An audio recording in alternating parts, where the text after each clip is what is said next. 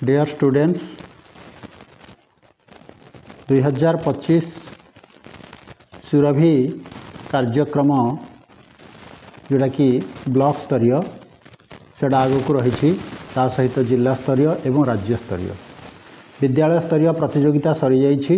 मु पूर्वर ए संपर्क में जोड़ा कि अच्छी तर्क आमर कृत्रिम बुद्धिमत्ता आर्टिफिशियल इंटेलिजेंस शिक्षण शिक्षादान शिक्षक भूमिका नहीं पारिबो कि ऊपर एक वीडियो छाड़ी सेटा विद्यालय स्तरीय थिला। एबे ब्लॉक स्तरीय प्रतियोगिता आउ टिके निश्चित भाव में कठिन हम तुम से पुणी आउ टिके ताकू परिमार्जित करी भल भाव में मुझे छाड़ी एवं एटा निश्चित भाव में तुमको ब्लॉक लेवल रे विजयी हेबारे सहायक हेबो। जो माने मो चैनल रे नुआ दयाकरी सब्सक्राइब करने सहित लाइक कमेंट एवं सांग मानक सहित शेयर करने को भूलिबो ना। ताहले आस देखिबा एटा होची सीनियर वर्गर छात्र छात्री ପାଇଁ उद्दिष्ट तर्क जार प्रसंग रही कृत्रिम बुद्धिमत्ता बा आर्टिफिशियल इंटेलिजेंस शिक्षण शिक्षादान शिक्षकों भूमिका नहीं पारिबो कि। पूज्य विचारक मंडली प्रिय प्रतियोगी भाई और भौणी माने आज तर्कर प्रसंग रही कृत्रिम बुद्धिमत्ता आर्टिफिशियल इंटेलिजेंस शिक्षण शिक्षादान शिक्षकों भूमिका नहीं पारिबो कि एही प्रसंग रे मु मोर मत उपस्थापन करुछि। आधुनिक जुगरे 2025 शिक्षागत दृश्यपट को संपूर्ण रूपांतरित करिबारे कृत्रिम बुद्धिमत्ता बा एआई एक गुरुत्वपूर्ण भूमिका ग्रहण करिछि। जेतेबेले कृत्रिम बुद्धिमत्ता बा आर्टिफिशियल इंटेलिजेंस शिक्षार गुणवत्ता एवं सुगमता को उन्नत करुछि सेतेबेले यह शिक्षकों भूमिका को ह्रास करिवो किंबा अप्रासंगिक करिवो ताहा एक चिंतार विषय निश्चित। शिक्षकों गुरुत्व एवं एआई रो उपयोगिता को बुझिबा पई ए विषय उपरे आलोचना करिबा अत्यंत गुरुत्वपूर्ण। परिवर्तनशील भूमिका एआई रो आगमन सहित शिक्षक माने आउ केवल स्मृतिचारणकारी नुहंती बरं मार्गदर्शक प्रेरणादाता एवं छात्र छात्री चिंताधारार प्रकृत रूपकार।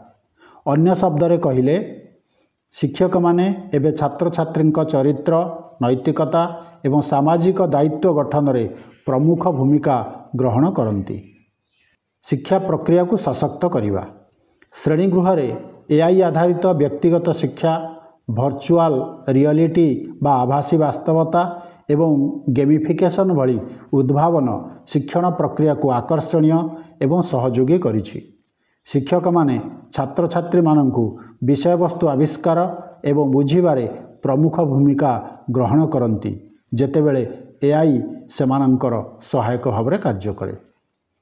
प्रशासनिक कार्य को सहज करिथाए। एआई रो मूल्यांकन उपस्थान गृह कार्य इत्यादि स्वयंचालित परिचालना शिक्षक मानंकर समय बंचाए। यह सेमानंकु मुख्य शिक्षादान कार्यकलाप उपरे अधिक ध्यान देवाकू सुजोग और समय देइथाए। शिक्षक विकास एवं चैलेंज एआई शिक्षक मानकु नूतन शिक्षादान पद्धति तालीम एवं संबल प्रदान करे जहा सेमानंकु निरंतर सेमानंकर दक्षता विकास करने को सुजोग दिए। तथापि डिजिटल परिवर्तन सहित खाप खुआइबा पई सेमाने नूतन चैलेंजर मध्य सम्मुखीन हुवंती।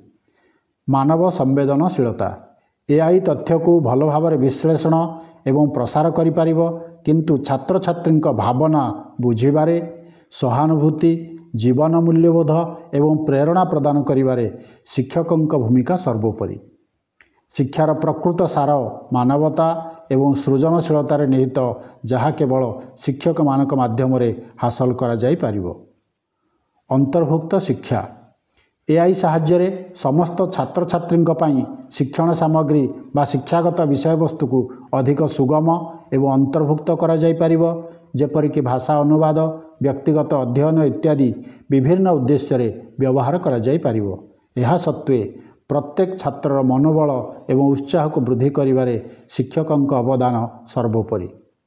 चैलेंज एवं सतर्कता कृत्रिम बुद्धिमत्ता बा एआई व्यवहार डाटा गोपनीयता एवं आल्गोरिदमरे पक्षपातिता भली चैलेंजर सम्मुखीन हुए।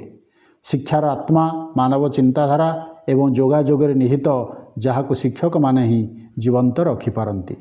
शिक्षकों अंशग्रहण बिना शिक्षा सर्वदा अपूर्ण रहिबो।